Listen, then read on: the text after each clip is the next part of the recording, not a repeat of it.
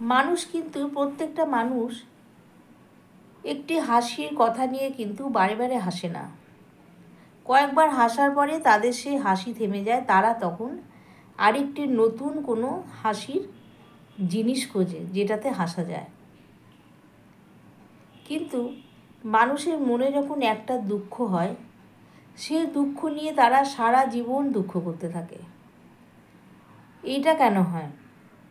এই প্রসঙ্গ নিয়ে একটি গল্প আজকে আমি তোমাদের কাছে শেয়ার করছি। চ্যানেলে যারা নতুন আছো এবং নতুন যারা আমার গল্প শুনছো, গল্পটি শোনার পরে প্লিজ একটি সাবস্ক্রাইব করতে ভুলবে না এবং লাইক দিয়ে আমার পাশে থেকো। সবাই নিশ্চয়ই ভালো আছো, আমিও ভীষণ ভালো আছি। একটি গ্রামে কতগুলো এক সমবয়সী ছেলে ছিল। তাদের মধ্যে 5-6 জন বন্ধু ছিল। তাদের মধ্যে একজন ছিল ভীষণ মজাদার, খুব মজার মজার গল্প বলতো আর সবাইকে হাসাতো। যে কোনো আড্ডায় তাদের সেই বন্ধুটি না থাকলে কিন্তু তাদের আড্ডাটা জমতো না। একদিন না আসলে সবাই তাকে মিস করতো এবং ফোনে সমানে ডাকতে থাকতো। হয়তোবা সে কোনো কাজে ব্যস্ত থাকতো, বা তার বাড়ির কাজে কোথাও বাইরে গেছে, বা নিজের কাজে কোথাও বাইরে গেছে, কিন্তু বন্ধুটি কিন্তু সেখানে গিয়ে কোনো সময় শান্তি পেত না। ফোনের পর ফোন আসতো, তাকে ডাকতো, তুই কোথায় আছিস, শিগগিরই আয়, আমাদের আড্ডা কিন্তু জমছে না তোকে ছাড়া, তোকে ছাড়া আমরা হাসবো কী করে। এরকমই ছিল সেই ছেলেটি।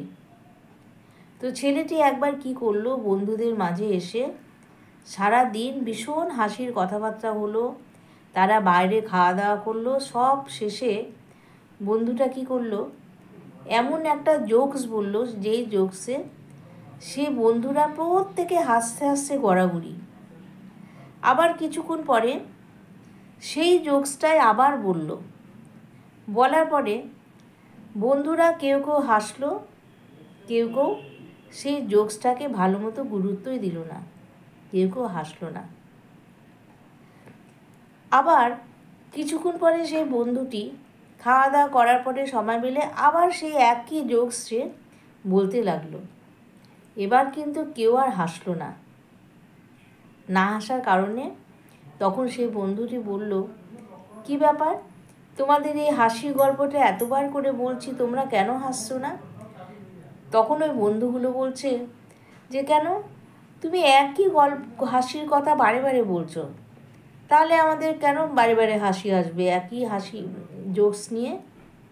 তখন সেই বন্ধুটি বলল যে, তাহলে আমরা কেন একটা দুঃখ নিয়ে সারা জীবন দুঃখ করি? আমরা তো ভুলে যেতে পারি সেটাকে।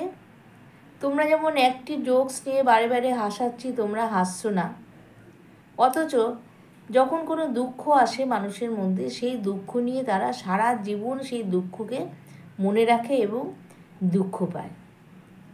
এটা কখনো হবে না। এই কাজ কখনো করো না। যেটা দুঃখ আসে সেই দুঃখ কিন্তু মুছেও ফেলতে হয়, তাহলে তো মানুষের জীবন চলবে না, মানুষ তো গতিশীল থাকবে না, মানুষের জীবন কিন্তু থেমে যাবে।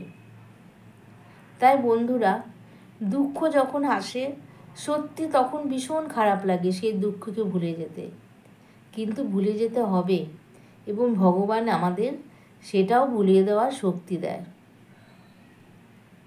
তাহলে আমার গল্পটি কেমন লাগলো তোমরা অবশ্যই কমেন্ট বক্সে জানাবে।